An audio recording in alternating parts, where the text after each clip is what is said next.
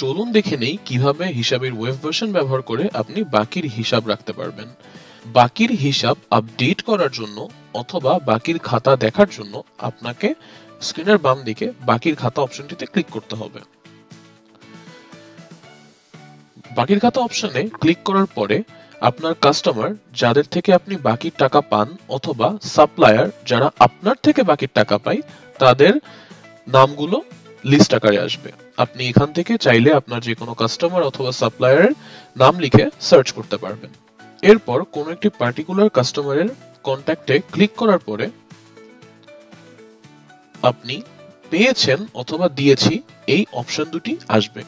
যদি কাস্টমার আপনাকে বাকির টাকা দেয় অথবা বাকির টাকা পরিশোধ করে তাহলে আপনি পেয়েছেন অপশনে ক্লিক করুন। পেয়েছেন অপশনে ক্লিক করার পরে এখানে বাকির টাকা পরিশোধ করার তারিখ, টাকার পরিমাণ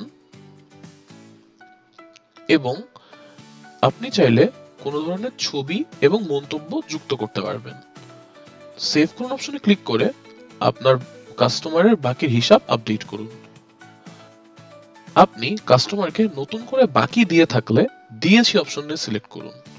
আপনি কাস্টমারকে প্রোডাক্ট বাকিতে দিয়ে থাকলে প্রোডাক্ট ডিউ অপশনে ক্লিক করুন এবং টাকা বাকিতে দিয়ে থাকলে মানি ডিউ অপশনে ক্লিক করুন।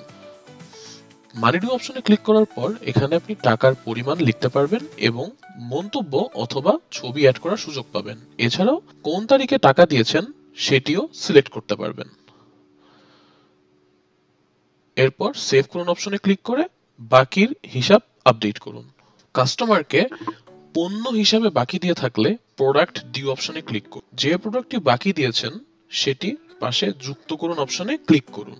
এখানে প্রোডাক্ট কয়টি বাকি দিয়েছেন সেই পরিমাণ উল্লেখ করুন। বাকিতে ক্লিক করুন। ক্যাশ যদি পেয়ে থাকেন তাহলে সেই পরিমাণটি উল্লেখ করুন।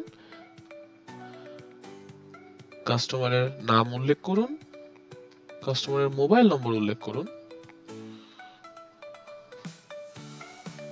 কাস্টমারের ঠিকানা জানা থাকলে তা উল্লেখ করুন, বিক্রি করুন অপশনে ক্লিক করুন।